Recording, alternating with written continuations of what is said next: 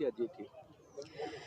ये जो आप देखुं भंज कल्चरल कॉम्प्लेक्स अच्छी एटा 3.19 एकर्स जगह अच्छी एथरे विभिन्न बिल्डिंग्स अच्छी ऑडिटोरियम अच्छी ऑफिस अच्छी बहुत जिनस अच्छी एटा राउरकेला स्टील प्लांट रो प्रॉपर्टी 2004 परठू एटार जो ड्यूज अच्छी सेटा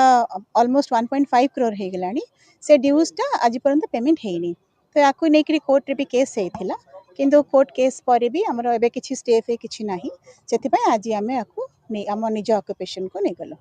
कौन बिल्डिंग्स थिला या भितर एठी अछि ऑडिटोरियम अछि एठी भंज आपण देखुचंदी फसाड रे दीटा बड़ हॉल अछि ता बाहर एठी गोटे पाठागार अछि एठी आ किछि किछि बिल्डिंग्स अछि रूम्स अछि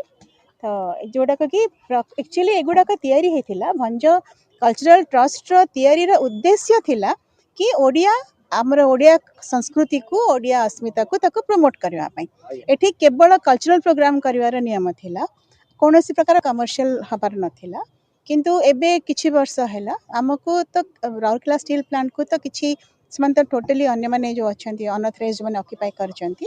टोटल तको कमर्शियली यूज करथिले यार जो उद्देश्य थिला कि केवल संस्कृति को प्रमोट करिवार सेटा होउनी तो एबे हमें एटा नेला परे हाथ को हमर प्लान ऑलरेडी हे सारलानी हमें को पूरा मेजर रिवाइव करिवो रेनोवेशन करिवो आको गोटे ओडिया संस्कृति रो प्राण केंद्र centre of excellence in Odia संस्कृति हमें एटा को तयारी करबो के परिचालन करूथले यार तांकर के थिले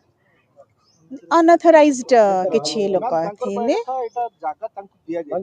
तांको जो जगह दिया हेतला से जगह रो लीज 2004 रु सरी गलानी